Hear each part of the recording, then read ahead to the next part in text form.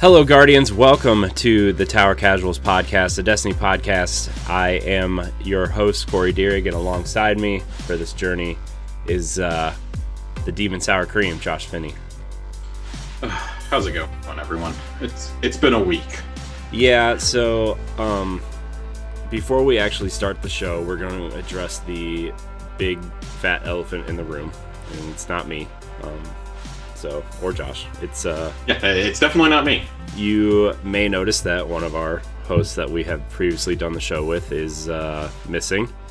And to put a professional spin on it before we don't put one on it, we have kind of cut professional ties with Carl for some actions that happened this weekend. It was not a fun weekend for either of us, and there are people. Look, at Boss Rush games, Josh is here helping me with the Destiny stuff, and I really appreciate Josh being here. This is my responsibility, as the co-founder of Boss Rush Games, co-founder of this podcast and the various things that we do, as the de facto leader. Ed calls me boss man and Jesse calls me boss man. I kind of feel like we're all equal here, but boss man. There you go. I feel it is my responsibility as kind of the leader of this team to address the situation. It's been a hard week trying to not only I don't know if damage control is the right word, but it's been a fight for our friends and teammates, and it's been a hard one. He is no longer with us because he was harassing our friend Ray Apollo, co-founder of Boss Rush Games and also an amazing content creator, one of Josh's best friends and someone that I consider a dear friend. And on top of that, sending some things to our community manager, who is also our wonderful mod in the chat. She's been with us for so long, and it's been kind of emotional. It's been anger, sadness, and it's been hard to kind of deal with this last couple weeks, couple days. But that's the gist of it. He will not be appearing here anymore. Most of you have probably noticed that all of our back catalog of episodes are gone.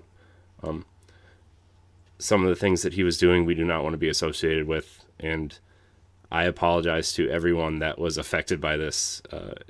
It's my responsibility to vet people and, before we invite them on the shows and contribute and guest and do all these things. And I didn't do my due diligence to do that. And, to Ray this weekend, I really apologize. To Megan, I apologize. It was not something that was easy to do. The act was easy to do, but the actually having to do it and stand up for your friends is something that is not fun to do. And but we had to do it. It was it's something we had to do. So it's still emotional right now. I am so sorry to everyone that this affected. There were some, I'm sure people that follow us on Twitter know what happened. To be frank, to pull the lid off of it now, I guess he was very unprofessional to Ray, first off, and it was not cool. It was not professional. It is not something that you expect from someone who is on our team, and that is why he is no longer here. Calling someone, expecting favors is not part of this business. You know, it is not part of this hobby, this creating, whatever you do this for. You know, it is not part of this. You reach out to people, you make connections, you make friends. You know, if you can't jump the line and you can't lash out when you don't get your way. It's not how the world works. It's not how this industry works. And when I saw that, it really made me question even coming back to do any of this. Honestly, this is the second time in a year that I have questioned even doing this again. To be 100% honest, and you know, it took a lot for me to come back, but at the end of the day, Boss Rush is about being positive and being inclusive and being there for people when they need it. And you know, our motto is be better, play games, be better people, be better friends, help people if they need it, you know, be there, have your friends' backs. And you know, I can't apologize enough for what happened. So it was really hard, and I hope, you know, I do appreciate, Ray, your messages after we talked, and Megan, I appreciate your messages after we talked. So, and whoever else was affected by this, honestly, Josh, I know you had some interactions that were unpleasant as well. So I'm sorry to you too. I know it was kind of indirect, but it was still, yeah. I'm very sorry that this all happened. Yeah, I if I can take the mic for a second. Yeah. I definitely want to just kind of back up what Corey said right there at the end about being better. We had this discussion 2 weeks ago on this very show about what did it mean to be better in the community, and that it doesn't just extend to people who are overtly sexually harassing in public or in chat or something. It extends to people who, you know, what are they doing when the light isn't being shown on them? What are they doing in, you know, in DMs and private chats and texts and phone calls, things like that. And it's not just about sexual harassment. I mean, at the end of the day, when we say be better, it kind of goes back to that thing we all learned in elementary school gym class of treat others the way you want to be treated. And if you're not gonna treat somebody with respect, how do you expect to gain respect in return? Like that's not going to cause somebody to respect you. That's not going to cause somebody to want to collaborate with you. And it goes beyond just, you're not going to talk that way to our team or to the people that work with us or who have contributed and collaborated with us. It goes to, you know, you're not going to, this community is not a place for that. Like if you want to talk that, you know, you've got some pent up anger issues or something, or you're frustrated about something. I mean, find a different outlet. Like don't lash out at people because you didn't get your way or because they didn't respond to you or something like that. Like that's something that teenagers do. That's something that, you know, 12, 13-year-old kids did. I used to do that when, you know, people didn't want to respond to my texts when I was 13. I took it real personally. I'm 28 now. I don't take it personally anymore. You know, we all have lives. We all have things that we do outside of this. This is very much a hobby for us. Like we do this because we enjoy doing it. We work in this community because we love doing it. And I hope that everyone listening to this understands that this community is a safe place. This is a place where we want you to come and you to feel appreciated, you to celebrate the things that make you you. You know, to share. We want you to share the content with us that you're making or that we make together. We want you to share your takes and your opinions. We want you to feel like you can talk openly and honestly. And I hate using the word family, and I think that's why I use community so much when it comes to an online group. But this is a community of people, and we're going to treat each other as equals here. Like Corey and I are no better than, you know, people who who just are going to listen to this one episode and then never tune into us again. Like we're all equals here, and that's something I really want to stress to everyone. We're all equals. rules. And if at any point, you feel uncomfortable, something's being done, like, please, for the love of God, please let us know. Like, we want to handle this. We want to address this. None of us is above accountability. None of us is above reproach. Yeah. Like, I know I have in the past, lashed out, justly or unjustly, in game chats or, in private messages and stuff. And that's not who I am as a person. Like, I want to take ownership of that. And I think that's a big part of it, is you have to be willing to recognize when you've made a mistake and grow with it.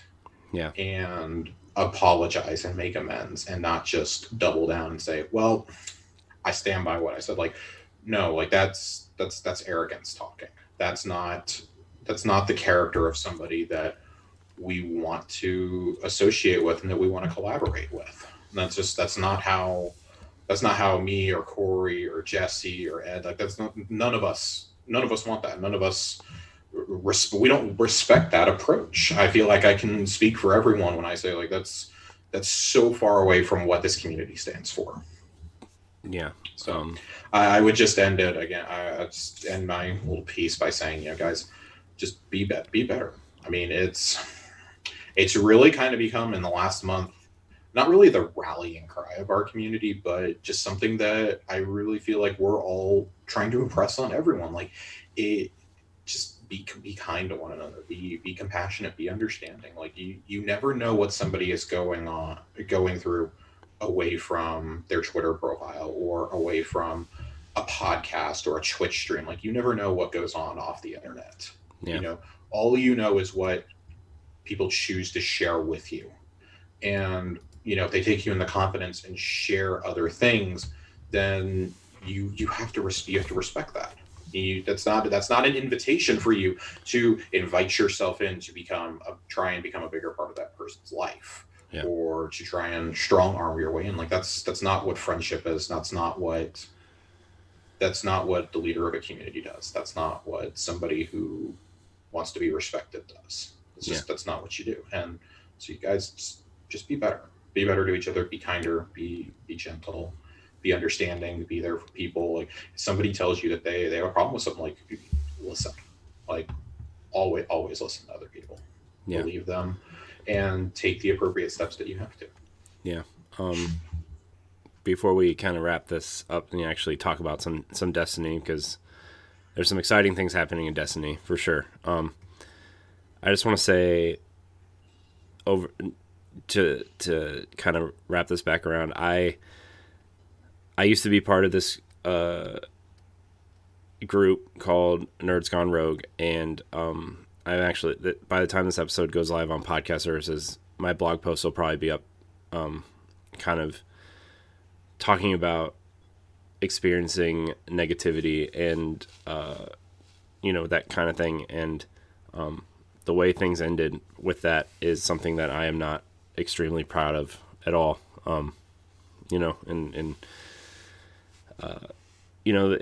People went their separate ways, and now we're at Boss Rush. And before we did anything, I did some personal soul searching, but I also did some talking with Ed and Jesse when we started this, and said, we have to be better. We have to be positive. We have to be inclusive. We have to be accepting. And if we're going to do anything with this, we all have to be on the same page with that, and we all have to be in this together and help people with whatever they need. We wanted to build a platform where people could feel safe and guest and share their stuff and make new friends. And over the last 8 months or so, like, we've grown a lot, not to like toot our own horn, but like, and it's because we've built a platform where people feel comfortable being at, and having a community that cares about each other and works together. And it's not a huge community, but it is a positive community, and I want to keep it that way. And if that means someone on our team has to go, that's that's what's going to happen. You know, if I'm ever made anybody feel uncomfortable or anything, I would want somebody to tell me. You know, Right. if there was ever something that anybody did, let me know, let us know. You know, it's we will fix it. You know, I feel like I was pretty prompt in fixing this situation, but also I can't apologize enough for the feelings that people are having. You know, it's I want people to know that I have your back. We have your back. We want to be encouraging and accepting. Don't be an asshole. Don't be an asshole, especially to your friends and to your peers. Don't be an asshole. Don't be shitty. Okay? It's not a great look for anybody, you know, especially in this day and age where everybody is so divided already. We have to work better. We have to be better. We have to be better people. So, you know, just to wrap it up, if you are being harassed, either, you know, aggressively or sexually or, you know, anything, and you feel uncomfortable, if there is any sexual harassment or attempt at threatening you or anything, tell us right away, please. We will fix it. Any of us, me, Josh, Ed, Jesse, Celeste, we will fix it. Because this is not what this community is going to be. And I would rather lose, you know, 5,000 listeners to make our community better, if that's what it takes. You know what I mean? Like, I would rather cut the losses and just have a positive place for people to be. I'd rather have a quality community, a quality people, than look at numbers. Yeah. You know, at the end of the day, you know, that's what this is about. This is about friendship and fellowship at the end of the day. Yeah. Because we're not the biggest podcast in the world. Obviously, this is Destiny is our hobby. Video games are our hobby. We do this because we love talking about games and movies and other stuff with our friends. You know, if something happens one day, great, but that's not what this is about. And, you know, I kind of just want to end on that and just say, be better people, encourage people, be positive to people. So, but we're going to move on from this. You're going to hear a lot of this on the rest of our shows this week, I'm sure. And because we all have something to say, and quite frankly, it's a conversation that we all need to have too. Yeah, it is. And, you know, I want to address again, we're having this conversation again because the last time we had this conversation, obviously some of it was not genuine enough. Yeah. It wasn't genuine at all, to be quite honest with you. So, anyways, we're gonna talk about Destiny now. This is Tower Casuals, the Destiny podcast here on Boss Rush Games. You can find it on your podcast service every week. I think we are moving the shows to Thursdays on podcast services. We're still going to try to play around with some scheduling stuff because of certain things that are happening during the week now, during the seasons, and Josh and I are kind of talking about maybe moving the live shows to Thursdays because of the events that are happening and stuff. So we'll keep you posted on Twitter. Just follow at Boss Rush Podcasts. We'll figure it out. But yeah, you can find the show on your podcast service of choice: Spotify, iTunes, Google Play, wherever you listen to the shows. You can also check it out on YouTube and bossrushgames.com. Josh, I want to talk to you a little bit about, before we get into the big happenings. I did my first dungeon this week. You did the Pit of Heresy, right? Yes. Okay, so for starters, did you do the Shattered Throne? I did not. You've never done the Shattered Throne? No, this was the first dungeon I've We're ever going to rectify it. We're going to rectify that. But okay, so with it being your first dungeon experience, what what did you kind of feel about the mechanics? Like they kind of just throw you into it to kind of figure it out on your own. Yeah. Well, I ran through it with people who have run it before. So Willow, who was on the show last week, yes, and one of his teammates, Kate, we ran through it. It was really interesting, but I felt like learning the mechanics was easier because like I was telling you before we started recording, it feels like a mixture between Crota's End and King's Fall in a lot of parts. And I feel like I had an easier time picking up the mechanics because I had run those raids so many times during Destiny 1. And it was easier. It was easier than I originally planned it being because, like, it's an in-game activity. Those are usually harder than your normal nightfalls or strikes. I think finding the right rooms with the seals on them is that the way it changes every time is kind of a unique thing. Fighting each of those bosses in those rooms really teaches you how to fight that final boss too, which I thought was a really neat thing. Finding the secret room, we helped Kate find the secret exotic. Like, she had an exotic quest to do, so we had to fight a secret boss. So that was fun. So you fought the Xenophage boss. Okay, yeah. So you found my favorite part of the whole dungeon. Okay, that's awesome. Yeah, it was cool. I still need to get that quest.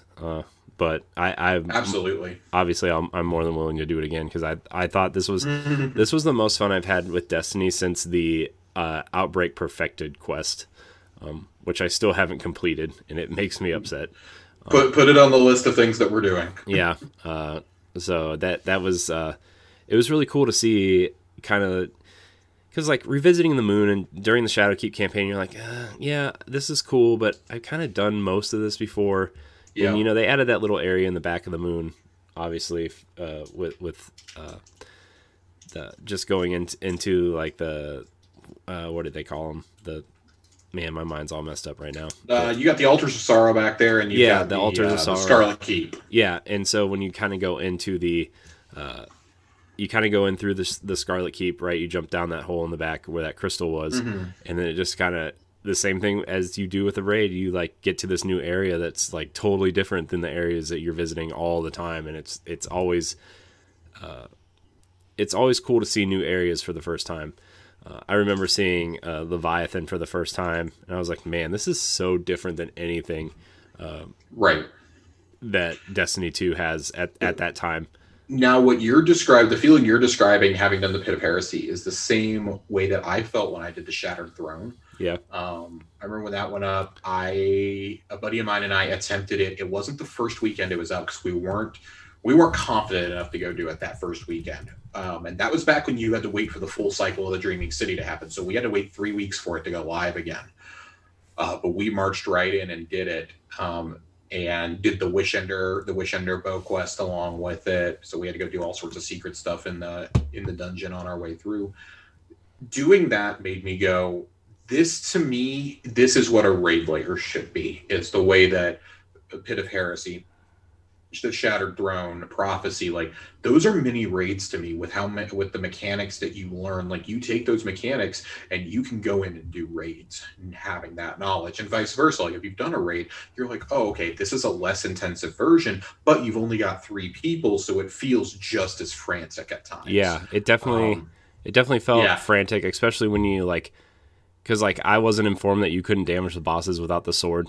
And then, but like I quickly knew because I was like, okay, well, this is clearly a Crota reference. You need the sword to take him down.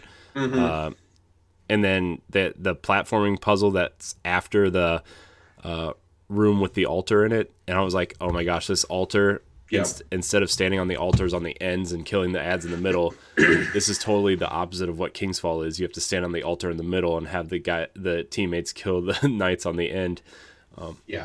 It's very well done. And I said this to you before we started recording. Of the 3 dungeons, it's kind of weird. Like I like Pit of Heresy so much, but it's also my least favorite dungeon. Like, even if you were to include, because I do consider Whisper and Outbreak, their missions respectively, to be, that's more in line of what I think a dungeon is. Mm-hmm. Even though those are timed, I still kind of feel like those have the same amount of depth. Like, there's still some puzzle solving in those, and obviously a great deal of jumping puzzles in both. But I think that Shattered Throne, The Pit of Heresy, and Prophecy really, really, really show what the sandbox and design teams can do when they've got the time to do it. The fact that we got 2 dungeons at all this year shocks me. I was not expecting to get another one. I thought they would just drop it in the fall. Yeah. But I kind of have the opinion now, like with them unvaulting stuff, like, oh, cool, are we going to get a raid in the fall? Maybe because Prophecy is going to go away at the end of this season, and it won't be back until it won't be back in the fall. It'll be back the following season, so around Christmas time. Yeah. Is when it'll come back, just because of how it was coded to originally be a seasonal event. And that's the right move to be like, hey, we're going to have to take it out for like 12 weeks, but then we're going to bring it back, and you're still going to be able to earn the rewards, still going to be able to earn the guns from there, the 2 armor sets, etc. You got Vault of Glass coming back in the spring. We're going to get hit with another dungeon in, maybe late spring, early summer again. Like, if you could get this on a cycle of, you get a brand new raid in the fall, maybe you get a dungeon the season after, you get a reprised raid, you get another dungeon, like, just get on a cycle of doing those. Like, I think that would be so cool to see. Like, you've always got a new end game activity going, and that's what people have been asking for so long. Like, especially after Trials kind of came in with a whimper. Mm-hmm. Like, on consoles, okay, cool, like, you got to have the right guns, it's the meta, it's just like how Trials was in D1 to a large extent. On PC, it's completely and fundamentally broken. So something's got to change with Trials. Thank God we've got some more for the PvE endgame. Like, there's so many incentives to keep running that dungeon. You can get unlimited loot. It won't drop at powerful levels, but you can get the drops from the encounters multiple times a week. Like, there's no limit on it. Yeah. That, to me, is one of the best. You can get that dungeon done in 45, 50 minutes flat if you have people who know what they're doing. And that's the biggest change that they've made from Shattered Throne and Pit of Heresy that we were all screaming about. Like, there was stuff in Eververse that easily could have been rewards in Pit of Heresy, ghost shells, ships, sparrows, even if you just have like a 5% chance of getting one of those from the end boss, I would have sat there and run it every single week for the chance to get some of that loot. Yeah. With Prophecy, they've done that. Like, yeah. That's awesome. You get 2 armor sets. You get, even today, as part of the Moments of Triumph update, I'm sure we're going to get into that here pretty soon. They updated a couple of triumphs that were there for doing it solo, doing it flawless, and doing it solo flawless. There's now a ghost shell and a sparrow associated with a couple of those. And that, to me, that's really cool. That's awesome that, you go back and add it in. And retroactively, if you've already managed to do one of those, which kudos to you if you've done either of those. Yeah. You automatically will get those rewards, and that's cool because it's a sparrow that clearly looks like it belongs there. It's a ghost shell that clearly looks like it matches the Dido Foundry armor. This is awesome. This is the kind of stuff that I want to see. I'd rather see more in-game rewards like that I don't have a snowball's chance in hell at getting than be able to buy it. Yeah. Yeah, that's really glad you had a good experience though. I love the Pit of Heresy. I did. It was awesome, and like the jumping puzzle in the with the swinging lanterns and stuff was really cool. And even the final boss fight, I was like, Zulamach. Yeah, Zulamach is he's a beefy boy. Yeah, it was a cool fight though. Like I really enjoyed the mechanics of the fight. I was like, man, this kind of reminds me of like when we were fighting the priest from King's Fall. That first boss, it reminds me of the priest, and it also reminds me of the one of the strikes in there. You had to go into the prison, and it was the giant knight that was running around in the dark with you. Yep. I had PTSD flashbacks to that, quite frankly, because I don't know if you got the exotic swords in Taken King. Yeah. But having to go in and do that specific strike to get the exotic sword, it might be one of the most nerve-wracking things I've ever done in this game. Like, you don't know pain until you've tried to do that with every single person trying to get a different sword. Yeah. Yeah. It was, boy. Yeah, man, now I'm just thinking about jumping down into that hole into the dark, and then you just just dodging out of the way to make sure the sword didn't come down on you because you couldn't see him. I'm really excited to we'll have to break down the lore on the show here in a couple episodes now that you've gotten it done. There's some really cool lore behind both the encounter with Zulamach at the end and especially behind Xenophage. Yeah. That's some incredible storytelling through both of those quest lines. So yeah, so that was a really cool experience last night. I actually got on to do Iron Banner because it was the last day of Iron Banner. I actually got all the Titan. You did the better activity. I'll put it that way. Yeah, I like Iron Banner a lot, but you definitely did the better activity. See, I do too, but the Iron Banner armor kind of sucks this time around. To be honest, I don't know. I play Iron Banner for the gear, not to like be super competitive at it. So I got everything except for the helmet, but I'm like, I don't care. Helmet's a helmet, whatever. So so I mean, I'm glad Willow and Kate kind of took me through. So that was cool. For sure. Thank you guys if you're listening to this. So yeah, so that's kind of what I did in Destiny. Did you do anything cool in Destiny this week? Did you get all that Trials lore done? I am 1 week away from finishing my Trials lore. So I am actually working on a write-up. I'm wanting to do it here in a couple of weeks, because I believe you're going on vacation towards the end of this month. And we were talking about doing kind of a lore-heavy episode, and that's when I'd like to tackle that. That's going to take me a hot minute. Cool. Especially with the developments of the update today. But side tangent. By the way, do you have a WordPress account? I do not. Oh, okay. Well, if you want one, looking for contributors. If you want to write something once in a while about Destiny.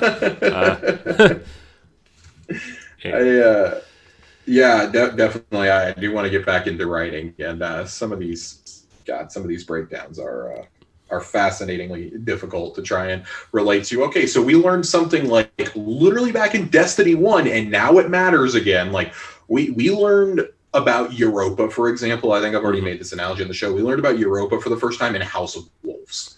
We're just now going there this fall. That's a problem. To be fair, we learned about Europa on the second page of the Destiny art book the day that book came out, like 2 weeks after the game came out. That's true. The first time we had it mentioned canonically in game. Yeah. No, I guess I should get at it. I just remember flipping through the art book. I'm like, where's the snow at? We have not seen snow. Right? So I actually conquered Prophecy for the first time this week. Ooh. I did it last Tuesday. I did it Tuesday night. A buddy of mine wanted to run it for his birthday. He went in completely blind, hadn't looked at any videos or read anything. We had it finished in about 45 minutes flat. I got that sweet Aikilo shoddy out of it. Oh, did you? I want that so bad. I got the drop from the final boss chest. I don't remember what the first perk is, but I did get Vorpal Weapon on it, which I'm super stoked about. Aiklos Shoddy, for anybody who doesn't know the meta of Destiny 1, the second that gun was introduced, shotguns were already really OP in year 1. That was the first gun to ever drop with Trench Barrel, though. And it was full auto on top of that, and it was a monster. Yeah. You were melting Nightfall bosses with that gun. Yeah, I had full auto on mine when I had it drop, and I was like, man, I'm never taking this gun away. The problem with the Aikilo Shoddy, and what a lot of people hate, or like they're like, oh well, I never experienced it. It had such a bad drop rate from Escalation Protocol. I actually got insanely lucky. My very first time completing Escalation Protocol, it dropped for me. Yes. I don't think I took it off all season. Yeah, I got it. It was my first drop because at that point I was playing a lot on PlayStation because that's where my raid group was, and it was my first drop there. And now that I'm playing on Xbox, I'm like, I can't get it. So I just gonna hope and pray. Yeah. I'm just gonna hope and pray that I get through, get up to 1060, and we can run Prophecy before the season ends. It's such a cool, and the boss encounter. I think it's one of the more unique boss encounters. where, I mean, like Zulamok and Dulankaru both had their own things in the dungeon. The Kel Echo definitely has its own. And it's just so, it's like the whole encounter is so psychedelic. I really feel like I'm in a 60s movie where, you know, like the Beatles are like dropping acid or something in parts of that dungeon. That's like the only way I can actually describe it. Like, it looks like I'm in a Dr. Seuss book at times. Yeah. Doing that, specifically the part leading into the entrance for the boss encounter. It's truly unlike anything else this game has ever done, and I really hope that it's a sign of things to come. Since it's all about like investigating the realm of the Nine, and I don't know what the Nine are doing, but it's weird. It's real weird. Getting that to drop, getting some of the Dino Foundry armor to drop was really cool. I love that there's 2 sets of armor to farm. I'm going to keep boasting about that forever. That makes me want to come back and do these so much more than just, I guess I'm going to do this for my pinnacle drop this week, even though I've done the dungeon so many times. Like, there's nothing that kept me coming back to Shattered Throne or to Pit of Heresy unless there was an exotic associated with it. There weren't any cosmetic rewards. There weren't any unique. There's a pulse rifle you can earn from Pit of Heresy, but it's about to be obsolete in 8 weeks. So why would I kill myself to get it? Right. If I didn't already have it. Like, there's a little incentive for me to keep running that day in or week in and week out unless I want that pinnacle drop. Yeah. And I have people who want to run the dungeon every week. I'd personally rather go to a raid at that point. But the dungeon concept is just so cool. Like, I know we've talked at length about dungeons already, so I don't want to keep dwelling on it, but Bungie, please God, more of these. Yeah. I will take these over half-baked seasonal events like the Vex Offensive. I actually think the Sundial was really cool. I really liked the Sundial and the story behind it. The Vex Offensive was kind of lame after the first 2 times I did it, and figured out you could just sit there and infinitely farm ads and the boss would never disappear. Oh, geez. It became the best way to just blow through the first 2 encounters and then get to the end. And you could even fail those 2 encounters and get up to the boss and just let the boss keep floating around and kill all the ads as they spawn. It was great. That's all anybody used it for. Right. And we ww't talk about the Seraph Towers on this podcast. I'm still, every time that I see them in the skybox, I'm still a little upset. But oh man, what a week.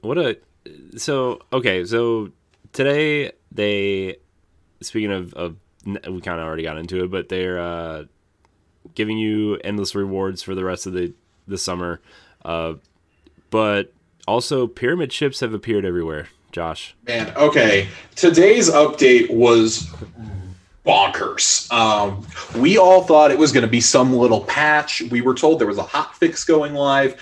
There was an 8 gig update this afternoon. Okay, I was expecting like 800 megabytes, not 8 gigs, and I was like, oh well, I might as well go make a sandwich. It's going to be a minute. Upon logging in, you are just bombarded with message after message. Triple infamy all week, triple valor all week, on a non-Iron Banner week. Momentum control is up. Showdown is up, I think. You got to go visit Zavala. There's a new quest line from Zavala, the Exodus quest line, which none of us, those of us who knew it was coming, didn't expect this for another like 5 or 6 weeks. But It's here, folks. It's Bungie Day, so Moments of Triumph are live. A new exotic quest is live. You got the weekly quest. And then on top of all that, there are little pyramid ships flying around on Io. It is terrifying. I'm waiting for one of them to shoot at me.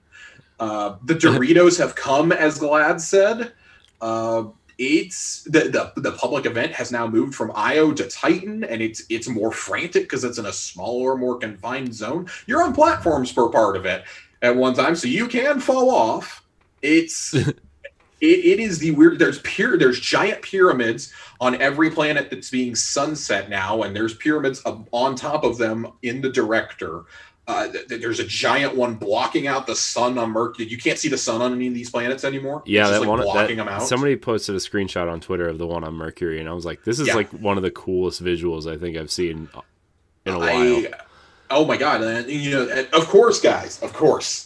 There's lore associated with this quest. I'm so excited. There's lore that's coming. I'm so excited to dive into it with you guys. I did know some of it that was coming, and it's been real hard keeping parts of it to myself for the last couple of weeks. I'm glad that we're all going to get to experience it as a group within the next few weeks, though. I don't know how you're going to unvault some of this stuff, the way that they're angling it, and even the beginning of the lore books that we have makes it really foreboding for some of our beloved planetary vendors that we never go see.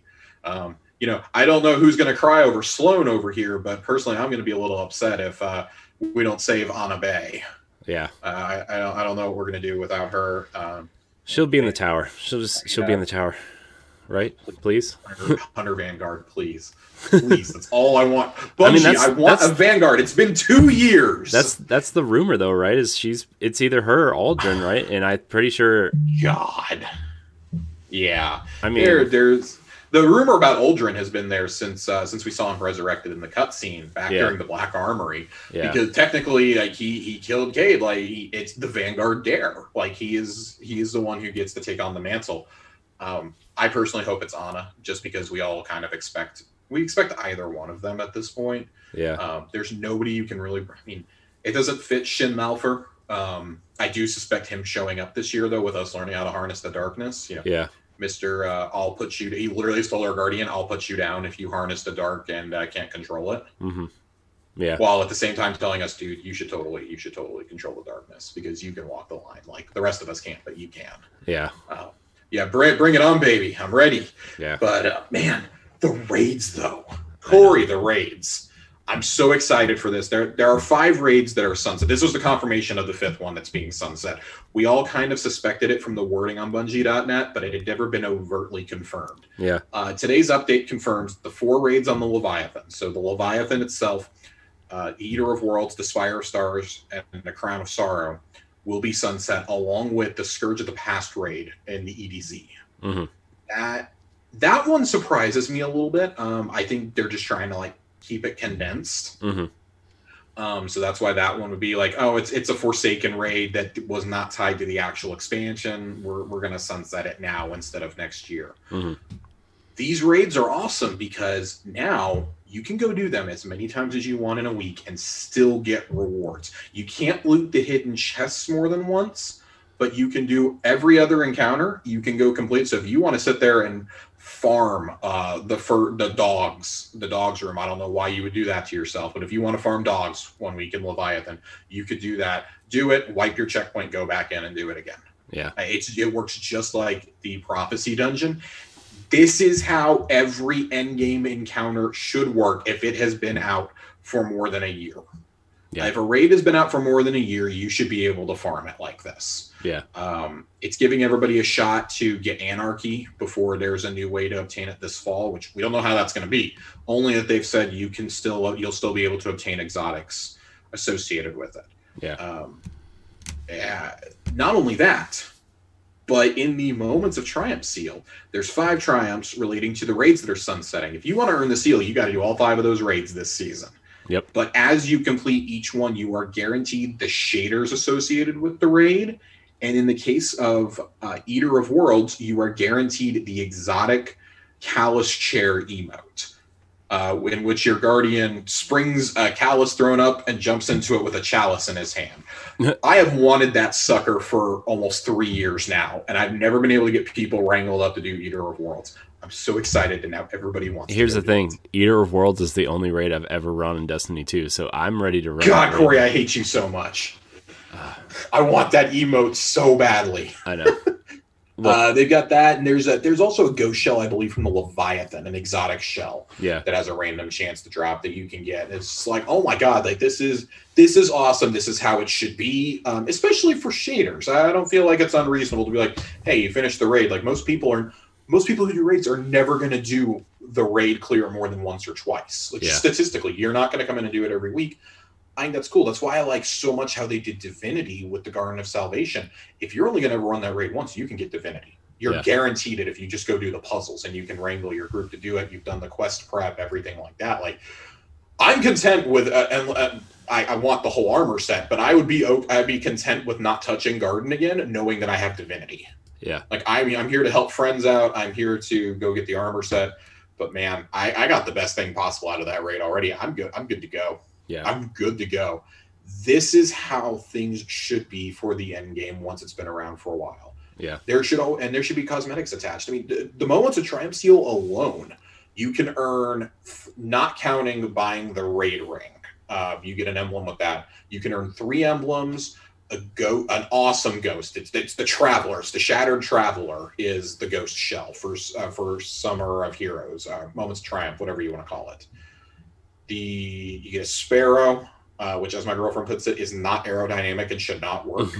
I reminded her that I ride around on a jet ski basically in the game. I still have the Sparrow I'm riding around is the Warmind one, the Rasputin looking one. Oh, yeah, great Sparrow. Sparrow. I love it. I love the Ghost Rider one. I like the wacky Sparrows. And of course, you can earn your Moments of Triumph shirt. You can earn your seal. You can earn your title. There's so much to do this summer, though, that I really feel like they're trying to be like, okay, listen, we know that last season was really bad. Do you forgive us yet? We know Season of the Worthy was anything but worthy. Like, do you forgive us for that? Do you forgive us for the seasonal model that they were owning up to before Christmas? Like, partway into or just after Christmas, they were owning up to it back in January, saying this is not going to live up. This did not live up to our expectations. Like, they were already done building stuff for arrivals at that point. They've said, they usually have stuff finalized about 6 months in advance, and that's why it's so hard to change things based on feedback. They're like, so some of the feedback you just gave us, we can apply to the summer, but we can't get it in the Season of Worthy. And I really feel like between the Umbral Ingrams, between the Pyramid Invasions, the Contact event is awesome. I love doing that thing. I don't want to do it more than a handful of times a week, but I think having quests that tie to it ensures there's always people there. And only having it on one planet at a time also helps. There's lore to discover. There's cosmetics. There's an exotic quest. The exotic quest is, Corey, we're hunting calcified fragments again. Yes. I thought we were done with this. I thought we left this behind on the Dreadnought. I'm upset. They are scattered throughout the patrol zones now. You have to find. Does this mean we're going to get the Touch of Malice again? This is building up to the new exotic trace rifle, Ruinous Effigy, which I don't quite understand what it does, nor have I really looked into it too much. I just know it's like absurdly powerful. It looks awesome. And I really like trace rifles, so I'm down to play laser tag with PvE enemies. Yeah, no, I'm down. I like it's cool. It's going to force you to play Gambit and Reckoning too. You unfortunately have to do the Reckoning. Yeah, about that. Okay, it goes fast. Just grin through the pain, Corey. Hey, you know what? Look, nothing is as bad as Skolas from year one. So, and I started using a phrase called the loser lap during that. And now anytime I have to take a big swath through a boss arena or through a raid encounter to go res people, that's what I call it, a loser lap. An old friend of mine that I used to do a show with, Chris Kiku Kubiak, for any of you who might know him from the old days, he was taking me and my best friend through Skolas. He's like, oh yeah, I know how to do it. I'm good. He died approximately 20 seconds into the encounter, and the next half hour was a mixture of screaming and laughter of me and my best friend sprinting literally in circles around that stupid arena, which I get triggered every time that I do the Warden Strike now. Yeah. Because I know that arena so well, like the back of my hand, jumping off the top area, sprinting, trying to dodge and everything. This is before invisibility was a thing. Yeah. It was horrifying taking pot shots with Mita. Like we had Mita on only to run. Not because it was good to shoot with, but because we needed to run. Yeah. It is one of the most bonkers things that you can ever do in the game, and I feel like some of the encounters they're living up to that. Yeah, I'm really, really, really excited to see what this trace rifle does, and it's the first of 2 exotics that we have that's coming this summer. We know what the second one is at this point. They're pulling a Kostov on us from Rise of Iron. Ooh. For anyone who doesn't know what I'm talking about, in Rise of Iron, if you kept the original auto rifle you started the game with, the white one that you immediately had something better than by the end of that mission, if you still had it in your vault, it automatically turned into an exotic version of that gun, and it was one of the best auto rifles in the game automatically. That was awesome because like you could switch between like, okay, this is a powerful slow shooting auto rifle, or you could do like it basically became like almost as powerful as the what was the Trials auto rifle at that point. Oh man, I don't remember. Or like the Prison Soul Stealer's Claw is the one that I use a lot towards the end. Yeah. So it kind of, you could switch between the, I was like, oh my gosh, this is amazing. But for the rest of us who didn't have the gun, we had to go do this tedious long quest to get it. I kept it. It was awesome. I did not. My best friend did and made sure to rub it in my face because he's nostalgic. So I decided I was not going to have that happen to me again with this game. So I've been saving Traveler's Chosen for 3 years now. And let me tell you boys, in the sidearm meta, Traveler's Chosen is coming back as an exotic. And I'm really happy. I do not expect them to hand me that exotic, though.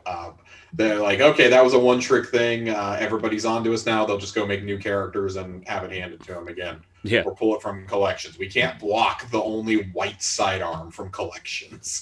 So I think that's all really cool. Corey, what do you think? That like, so you haven't done a lot of the raids. So does this kind of like, I know we were trying to set up a raid night here with Willow and Nerd Generalist and a few other friends of the show. Does this like increase your desire to go do things, ones you might have skipped, like Spire or Stars or Eater Worlds? The thing is like the raids are my favorite part of the game, like by far. For Destiny 1, from the time from House of Wolves all the way through Rise of Iron and into year 1 of Destiny 2. My friends and I raided every Wednesday night 3 times a night. Oh my god, Corey, you're a madman, dude. We were pulling a hard mode on King's Fall. We were pulling in under 40 minutes. That's how I have never done it on hard mode. I've never completed a Destiny 1 raid on hard mode. I was checked out of the game. The only raid we ever really had trouble with on hard mode was Wrath of the Machine. It was so hard. And also I guess Crota too, with the old light system we struggled with a little bit, but that all changed after the new light system was implemented. Which so you were already wanting to do these, and now you're just like, this is an added incentive. I'm going to get things just handed to me. Dude, you don't know how many times I've been watching YouTube videos of these raids being like, I wish I had 5 friends who played Destiny. I'm excited for what this means. I think we were talking a few weeks ago about, like sunsetting gear and transmog, and I was kind of wondering, I was like, man, how are we going to do this? Like, we're going to be blocked off from ever earning some of these sets of armor, and now that you can just go in and farm them, because each raid and raid layer has its own set of armor, I'm like, well, dang, like I don't care about getting the weapons now. I care about trying to get the sets of armor completed, and yeah. I mean, I want good old anarchy. I mean, that's really all I want is like the armor sets to just be like, look, I did the raids. I think these armor sets are cool. I think a lot of the armor is cool looking, and I just kind of want it for my collection. I for sure. I'm a completionist, so yeah. So I mean, I would like to run them in order, honestly, but I know everybody has their own preference. And at this point, I think we're just like, we're all gonna do them like. Just where do we start at? And I think for anybody who hasn't done a raid in Destiny 2, the Leviathan is probably the best.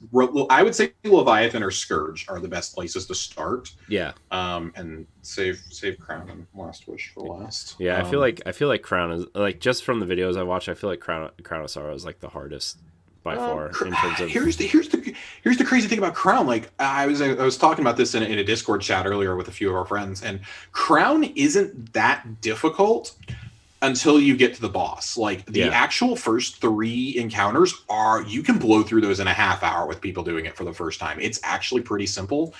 But Galran, and I mean, granted, I was running it pretty much at the recommended light last year. You couldn't really get above it at all.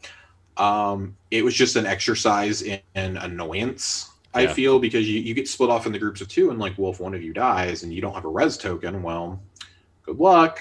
Yeah. Or if you don't want to waste it there, good luck. You know, if you've got a buff and you got to run it, there's not much we can do about it. Yeah. It's going to be a team wipe. Once you get to the damage phase, you just roast him. Getting to the damage phase of that boss is probably the most annoying outside of Garden of Salvation. Yeah. It's just, and it's like any other raid, right? Like you're putting everything you learned through the raid together. There's really no way around it. The nerf to well did not do it any favors. Yeah. But it is still a good raid. I do still really like it. And the implications it has for Savathun are very interesting.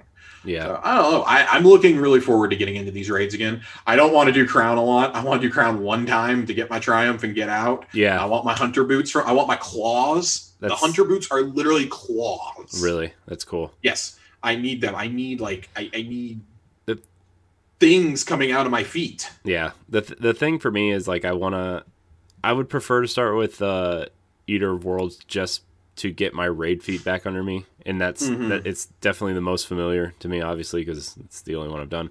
I mean, I've done it 100 times at this point with my old raid group, but I want to. Right. I feel like as long as it'll help me get my raid feet back under me. It'll allow me to gel with this new group of people that we're raiding with, right? Like I feel like that's kind of where I would ideally want to start. And then kind of go from there. But, I understand everybody. And that's why I like the Leviathan so much personally. The very first raid. It's a good intro to anybody who did not raid in Destiny 1 or who is a bit rusty. Yeah. And God, Callus is so easy to beat now. We went in there. We actually just did it a couple weeks ago. We took my girlfriend through it for the first time. And 5 of us were running Outbreak Perfected with 1 Divinity and a Well. And we had him dead before we were off the second plate in the boss room. Yeah, so Outbreak is a monster when you stack those. I would really like to get Outbreak Prime at some point. Yeah. I'll take you through Outbreak. You can go meet Trevor the Hall Monitor. No, I've been through it. I've gotten to the boss phase. Okay. I didn't know how far you got. It's such a nightmare in that last room. My friend and I have been trying to 2-man it, and it's just. No, even at our light level, it's so hard to 2-man that room. Yeah. When it was bugged on Heroic, we were able to 2-man it. Yeah, my friend sold it. Even that was intensive. My friend sold it, and he's like, "Yeah, I sold it, and I got it, because it was bugged." And I was like, "Oh, okay. Oh yeah, it was bugged for about 6-7 weeks at the beginning of last season, I believe." And my whole group regrets not finishing the Catalyst during that time. Yeah. We all got about half or 2/3, and we're like, it'll be bugged for a while. They're not going to fix it. Literally the next week, we fixed it. Yeah. That and Whisper of the Worm were both pretty broken. Yeah. So yeah, rating counters. Yeah. Yeah. Whisper probably easier than Outbreak. I feel like, but. There's like I would like to do all the raids. I would like to get Outbreak perfected, and I would like to get Whisper before this summer ends. We're gonna make Corey's checklist. We're gonna tune in for a weekly corner of what did we get Corey this week. I mean, yeah, it's gonna be to be fair, yeah, that's gonna be a new segment of the podcast. So be ready, I guess. What is the light level on all the raids this time? Most of them are still 750, right? Like the first two. Everything outside of Garden of Salvation is 750. Okay, so it should be relatively. Right at this point, it's more of like you're not going to die necessarily from ads unless you just don't control them. It's more about you still have to do the mechanics. Like the mechanics will still kill you quicker than anything else. Mm-hmm. I mean, I think that's always been the case for at least when I was raiding. Like if you're not on point with the mechanics, you're done.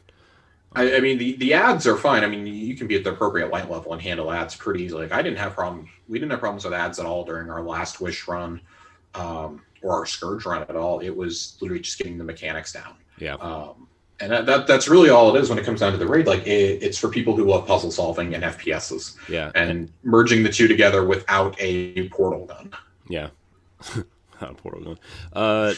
I feel like for me, like when we raid, like the mechanics are the part that that's my strong suit, is getting the mechanics down. It's doing the mechanics, and maybe you're not a high enough light level that you need to be at, and the ads are just murdering you. But I mean, if they're all at 750, I think I'm at 1025 right now. Right. I'm sure it'll be, you know, especially Leviathan, like just. Oh, well, Leviathan is hilarious. We were just kind of strolling through it. We were all running Recluse though, with the exception of my girlfriend. So it's like, oh well, why do we even have primaries on? We're whipping out an SMG for everything. Yeah. That and Yield Swarm of the Raven. Yeah. I just what was I running when we were doing Leviathan? I think I was using Sweet Business the whole time. Oh my god, that's a recipe for disaster. Oh my gosh, it was awesome. Even year one, that's a recipe for disaster. No, because like you just ducked. I had the exotic where you just ducked behind your wall and then it like reloaded your auto, and then whoever was running a warlock ran the rift, the power rift. So that's kind of, we had 2 warlocks running power rifts and 2 people running titans with the auto rifle refill thing. Well, now we go in with Well of Radiance, Celestial Nighthawk, and Chaos Reaches. Yeah, that's fair. I also need to finish some exotic quests because I'm going to be 100% honest with you. I'm a little behind on some of them. Most of them. And the exotics aren't being capped, so those will be able to be infused forever. Yeah. So it definitely behooves you. Like at this point, and I've been telling this to people who are trying to get back in after like a year and a half, 2 years. Like, what should I start on? There's so much. And I'm like, if it's not yellow, ignore it. Like, just delete it. Go pick it up later. If it's a weapon quest from Shax or Zavala or somebody, ignore it. My thing is, like, I want to finish the exotic quests I have, and then I want to do the raids and get Whisper and Outbreak. And I wanted to find Sleeper, but I feel like that quest is sailing fast. Sleeper is among the most aggravating quests in the game. It was aggravating in Destiny 1. That's actually how you and I became friends. Yeah. Was working on the Sleeper quest together. And in a little Facebook group.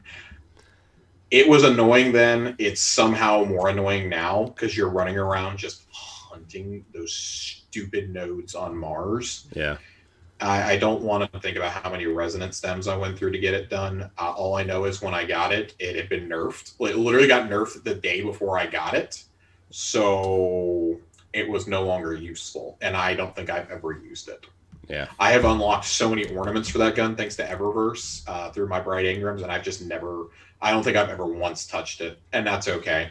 Yeah, it is what it is at this point. It is still, for me, it was the sentimentality of it. Yeah, that's pretty much what it is for me too. Is like I really like the way the gun looks, and I just remember how everybody was like trying to work to get it when we were doing it in Destiny 1. So I mean, for sure, that's really like the single reason why I want it. And like at some point, maybe in like the 2nd or 3rd season of next year, they're gonna be like, oh, fusion rifles are sweet again, and everybody's gonna be using it at some point.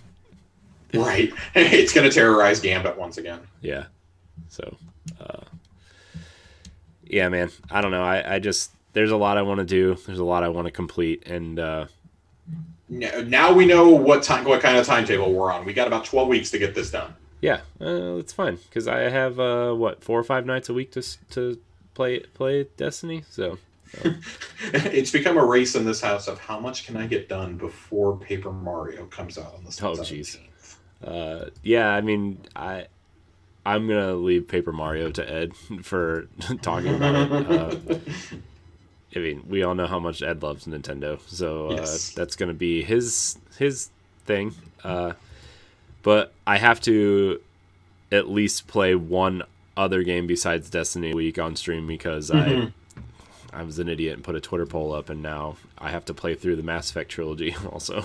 So one day a week. Should have gone with Wind Waker, man. Should have just ignored everyone else. I know.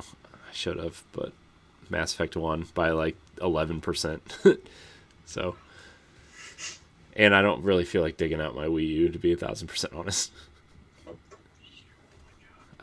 I could hook up my... I have a GameCube in that closet back there. I have a GameCube downstairs too. It'd probably be way easier to hook up, but Wind Waker HD has that HD, so crisp. It's so crispy.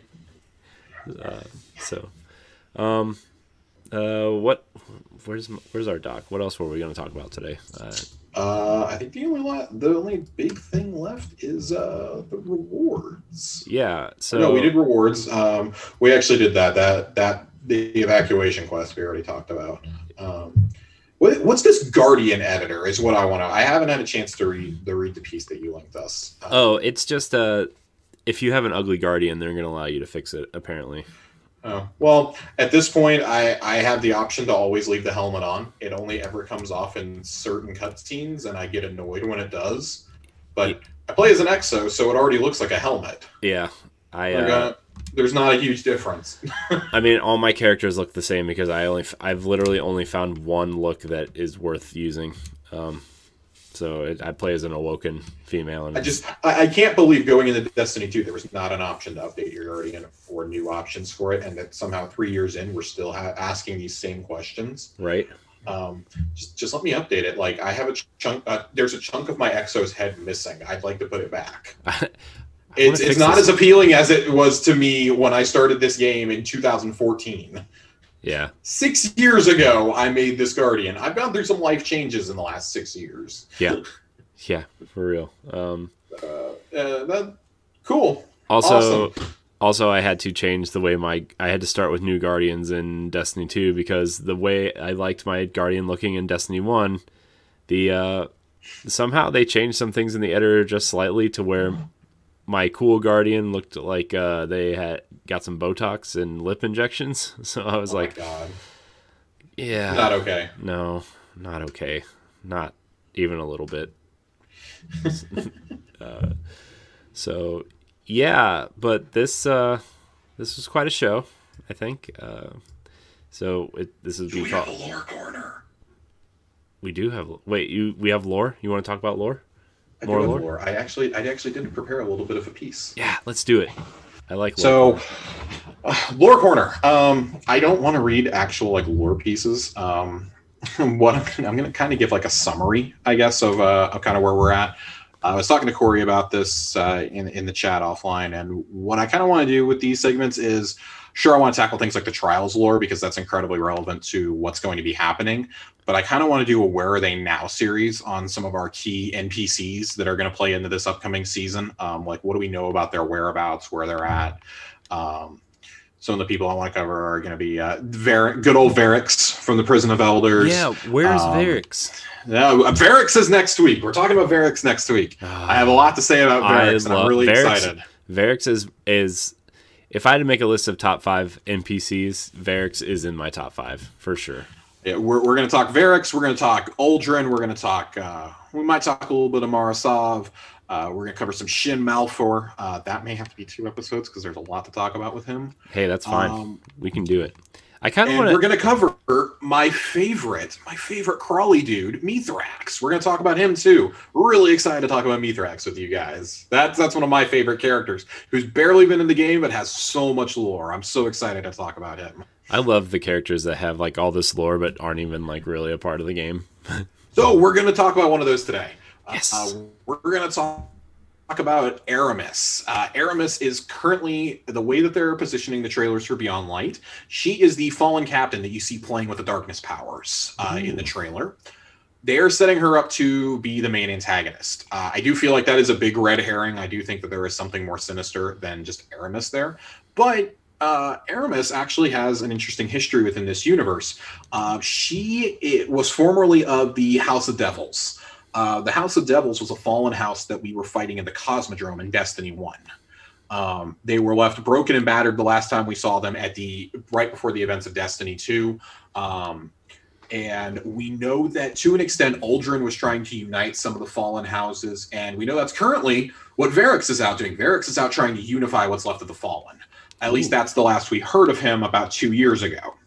To talk about Aramis, we do have to cover a tiny bit of Varix. The prison break that resulted in the death of Cade 6 was actually staged by Varix. Varix had grown a bit disillusioned with the way that the Queen had ordered things to be run, answering to Petra. He was kind of torn between his duty to Mara and his duty to the Fallen. Because Varix is ancient. Varix is actually he's like the great grandfather of the current Fallen. He is one of the very few, he's the only one that we've ever encountered who remembers fallen society before the Traveler abandoned them in the Great Whirlwind. and they were forced to become scavengers. He actually remembers the original fallen society, and that's what he wants to rebuild. He wants them to be a noble race again. He doesn't actually hate humanity. He almost resents us in a way because we were blessed with the Traveler's power, but not to the point where he wants to kill us like other fallen. He wants to unite the fallen and make them a noble race again. So him, Aramis, and Mithrax all kind of intertwine in a way. Aramis was one of the prisoners of the Awoken. She was previously a ship captain. If it was a skiff or of a ketch, we don't really know. We presume that it's a ketch. She was broken out when Varix opened all the cells in the Prison of Elders and people escaped. She was one of the ones who fled. She fled during the death of Cade 6, and she has actually spent the better part of the last 2 years unifying what's left of the Fallen in the system. I don't know if you noticed, but we don't have a lot of strikes where we're taking out Fallen in Destiny 2. Yeah, they're scattered on a few planets here and there, but other than Earth, they don't really have a giant foothold anymore. And a lot of that's because we literally, we fought them on every planet, I think, in Destiny 1. We pretty much killed them all, is the lore reason.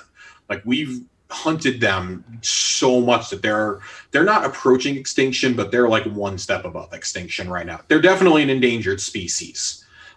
Aramis is trying to unite everyone under her banner to make a last-ditch attempt to basically kill the Guardians.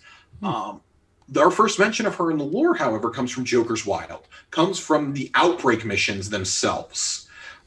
She was behind the heist on the old tower to steal Siva and steal Outbreak when we team up with Mithrax to stop her.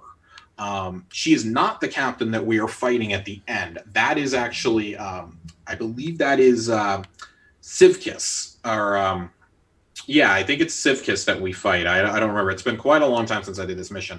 That you fight and you thwart her plans, and she's like, oh, well, forget this. We do know that she has abandoned the House of Devil's Banner. As of where we are now, we kind of know that right around now. And she's going to make her first on-screen appearance here in the fall. She has united the devils, the what's left of the House of Wolves. Yes, they're still kicking, and the House of Dusk. And she's trying to utilize the Guardians. This does go in direct conflict with the original Fallen ideals and those of Varix, which is not to use those powers. She's harnessing what destroyed their civilization. And she really is out to get revenge on the city and on the Travelers Chosen, because she sees the Travelers as having abandoned them. But she's taking it in a different way than Mithrax and Varix are. Mithrax wants to unify and has started winning some Fallen to his faction, the House of Light, which we'll get more into here in a few weeks. All you need to know right now is Aramis, bad, using darkness powers, very bad for us. Not looking forward to that at all. I'm kind of feeling like that boss battle may be a Gaul 2.0 with her using stasis powers. Oh, geez. But that's what you need to know about Aramis. We don't really know a lot about her. We have a little bit of a hint from the ghost shell that you get for pre-ordering Beyond Light. There's some lore attached to it, and it talks about VIPs, and there's certain numbers. VIP 2029 is mentioned, and that is Aramis's number. Just like we covered VIP numbers for the Guardian and for Oryx a couple weeks ago. She is 2029. 3 of her lieutenants, they're not named, but they're given numbers up in the 5,000s. So they're going to be like strike bosses or something, or I don't know, campaign bosses. The one that's very interesting is I believe number 1011 is mentioned, and that's Varix. And the advanced scouts that are reporting this back to the Vanguard say they don't know if he's there willingly or if he's being held as a hostage. So I'm going to leave it there. We're going to pick up with Varix next week and figure out, is he there willingly or is he a hostage? We're going to kind of examine Varix's story and the lore that we learned in Forsaken and little bits that we've had trickle out since then in the last 2 years, and kind of figure out, is Varix going to be on our side, or is there maybe something more sinister going on? Has Varix finally been broken, essentially? Or are we going to see another beloved MTC die? Please no. Varix is the man. I love Varix. Please don't. Cade 6 was the man too, and we all saw how that turned out. Yeah, well, yeah. Nathan Fillion was too expensive. Too expensive. But that's been our lore corner for this week. We do have a lot coming up, especially with the evacuation lore we'll bring up. I kind of want to wait for the second event of that to happen sometime in August, I think is when that's hitting. Yeah. I want to address it all at once. We'll probably have to address it over a couple weeks because there are multiple entries for each of our planetary NPCs. The Trials lore, of course, which after Varix and Mithrax, that's probably where we're going to get to next. That's pretty important for us to understand. And by now, a lot of people have started unlocking it. Yeah. So really, really excited. Yeah. Man, I love listening to you talk about the lore. We might even have to talk a little bit of Pit of Heresy. There is some stuff behind Zulamok that ties back to Corey and I's favorite raid from Destiny 1. Yes. It ties back to good old Kingsfall. Yeah. Yeah, so Lore Corner. By the way, if you're watching this as a VOD on YouTube, Lore Corner is going to be broken out as a separate video as well. It'll still be part of the podcast video, but we're going to make a Lore Corner kind of subsection. So just because it's interesting, and I like that. So, but yeah, is there anything else we want to talk about before we kind of get out of here? No, I think that's about all. I mean, this is a jam-packed episode. There was a lot that happened today. We pushed it to today because of some personal stuff happening yesterday, and kind of glad that we did because it would have been just as overwhelming to try and cover it next week. When we have our first raid report from Corey. Right. It would have been a little bit too much to cover all at once, I think. So. Yeah. Yeah, dude, I'm so excited for this raid. Honestly, it's going to be, man, it's going to be so much fun. So, but anyways, I want to thank everybody for watching and hanging out with us during Tower Casuals. I know the beginning of this episode was not fun, and you know, it's something that we had to address. And then Destiny is again the thing that keeps us here. So yeah, you can catch Tower Casuals on your podcast service of choice: Apple Podcasts, Spotify, Google Play, Stitcher, Castbox, whatever you listen to us on. You can catch it every Thursday now. It just gives me a little bit more time to edit the show and do some breakouts if we feel like we have some to do. So you can catch it on Thursdays now. You can also catch us on YouTube at youtube.com/BossRushGames and BossRushGames.com. You can catch it live right here on my Twitch channel every Monday moving forward, unless, you know, scheduling conflicts. Josh, where can we find you? Oh, you can find me on Twitter, as always, at Josh_Finn. That's Finn with 2 N's. 2 N's, guys. 2 N's. 2 N's. Remember the double N.